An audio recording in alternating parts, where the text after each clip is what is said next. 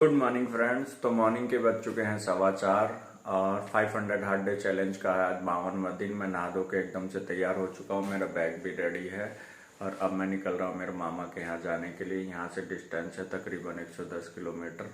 जल्दी इसलिए निकल रहा हूँ क्योंकि मॉर्निंग में मेरे को जल्दी पहुँचना है वहाँ पे। और अभी मैं घर से निकलूँगा द्वारका एक्सप्रेस वे पकड़ के, दिल्ली मुंबई एक्सप्रेस वे, और वहाँ से पहले पहुँचूँगा धौले कुआं से फिर इंडिया गेट होते हुए, फिर गाजियाबाद होते हुए, फिर उसके बाद तो फटाफट से निकलते हैं दिल्ली धौले कुआं के लिए। और ये मेरी खड़ी हुई है बाइक और देखो चारों तरफ है इतना अंधेरा, तो क्योंकि मॉर्निंग के हो रहे हैं 4:15 और लाइट भी है नहीं, तो फटाफट से निकल जाते हैं ताकि ट्रैफिक व्रैफिक को झेलना ना पड़े। तो चलिए सीधा चलते हैं दिल्ली। बाइक की मीटर रीडिंग कह रही है 2,10,271 किलोमीटर बाइक चल चुकी है। देखते हैं मामा के यहाँ पहुँचेंगे तो कितना किलोमीटर ये बाइक रनिंग हो जाएगी। तो अभी मैं दिल्ली मुंबई एक्सप्रेस वे पहुँच चुका हूँ और यहाँ पे जो मेरे पास अभी जो घड़ी में टाइम हो रहा है वो हो रहा है 4:35। तो मेरे को देखता हूँ ये एयरपोर्ट रोड के पास में जाके, दिल्ली इंटरनेशनल एयरपोर्ट पे जाके ये हो जाएगा ख़त्म। देखता हूँ कितनी देर में मैं इसे क्रॉस कर पाऊँगा और कितनी स्पीड में। तो फटाफट से चलते हैं सीधा एयरपोर्ट के लिए। अभी एयरपोर्ट पहुँच चुका हूँ और ये प्लेन जो है टेक ऑफ हो रहा है और यहाँ पे जो दिखाई दे रहा है ये देखो, ये हो गया टेक ऑफ। और एक प्लेन जो ये पर छतरी सी दिखाई दे रही है ना ऊपर नॉब सी, वो अभी रनवे के लिए जा रहा है और वो देखो पूरा उड़ चुका है।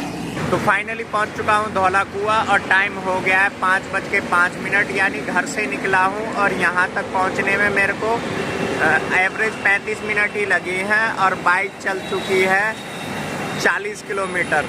तो ये होता है स्मार्ट एक्सप्रेसवे या नेशनल हाईवे जो रहते हैं सिटी के, जो एक दूसरे स्टेट को कनेक्ट करते हैं, जिनकी वजह से स्मार्ट कनेक्टिविटी हो जाती है। लेकिन कुछ लोग कहते हैं कि इंडिया में कुछ हैं फेक लोग जो इंडिया से बाहर बैठे हुए हैं कि इंडिया में हाईवे की कोई ज़रूरत नहीं है। हाईवे बना के क्या होगा, उससे थोड़ी देश तरक्की करेगा। और सामने एक भाई आ रहा है, वो शायद रास्ता भूल गया, रास्ता पूछेगा, देखते हैं क्या पूछता है। और अभी मैं आ पहुंचा हूं दिल्ली के नेहरू स्टेडियम फ्लाईओवर के आसपास। ये देखो सामने है नेहरू स्टेडियम, बिल्कुल डिस्टेंस जो है ना ये 100 मीटर का ही है। और इस स्टेडियम की जो कैपेसिटी है ना वो 1 लाख प्लस लोग इसमें आ जाते हैं। और जब यहाँ पे क्रिकेट मैच होता है ना तो ये पूरे रास्ते जाम होते हैं, ऊपर नीचे राइट लेफ्ट के सारे। अभी मैं खड़ा हुआ हूँ दिल्ली मेरठ एक्सप्रेसवे पे। सामने देखोगे ये दिल्ली की तरफ से रास्ता आ रहा है और ये मेरे इस साइड में देखोगे तो ये जा रहा है मेरठ की तरफ। देखो खेलगांव, अक्षरधाम, मेरठ 70 किलोमीटर, मुरादाबाद 159 किलोमीटर।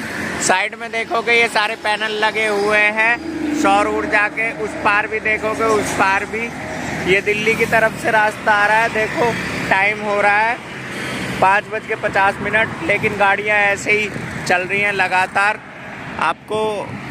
आप कभी भी दिल्ली आओगे तो आपको ऐसा नहीं लगेगा कि यहाँ रात होने के बाद ट्रैफिक बंद हो जाता है, कंटिन्यू चलता रहता है। अब यहाँ से नॉन स्टॉप बाइक को खींचूँगा, सीधे मामा के यहीं जाके रुकूँगा, रास्ते में कहीं भी नहीं रुकूँगा। फटाफट चलते हैं 1 घंटे में अब यहाँ से बाइक टापने, क्योंकि तकरीबन 70 किलोमीटर मेरे मामा का घर यहाँ से।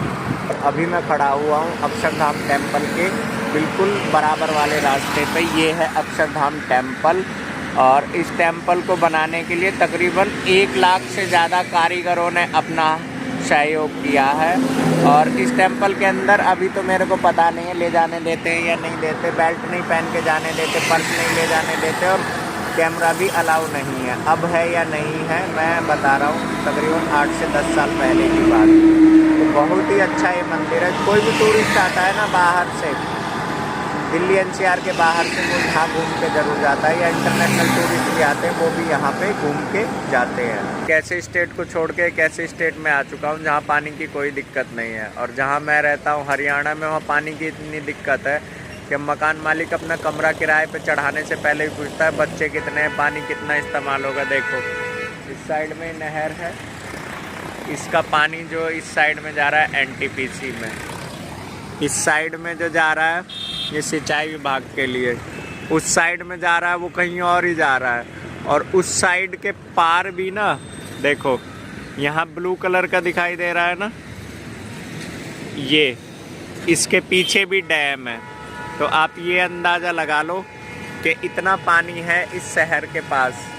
और जैसा कि आपको पता है कि यूपी के अंदर पहुंच चुका हूं और अभी मैं खड़ा हुआ हूं एनटीपीसी के पॉइंट पे, जहां से एनटीपीसी के लिए पानी जाता है। एनटीपीसी में लाइट बनती है।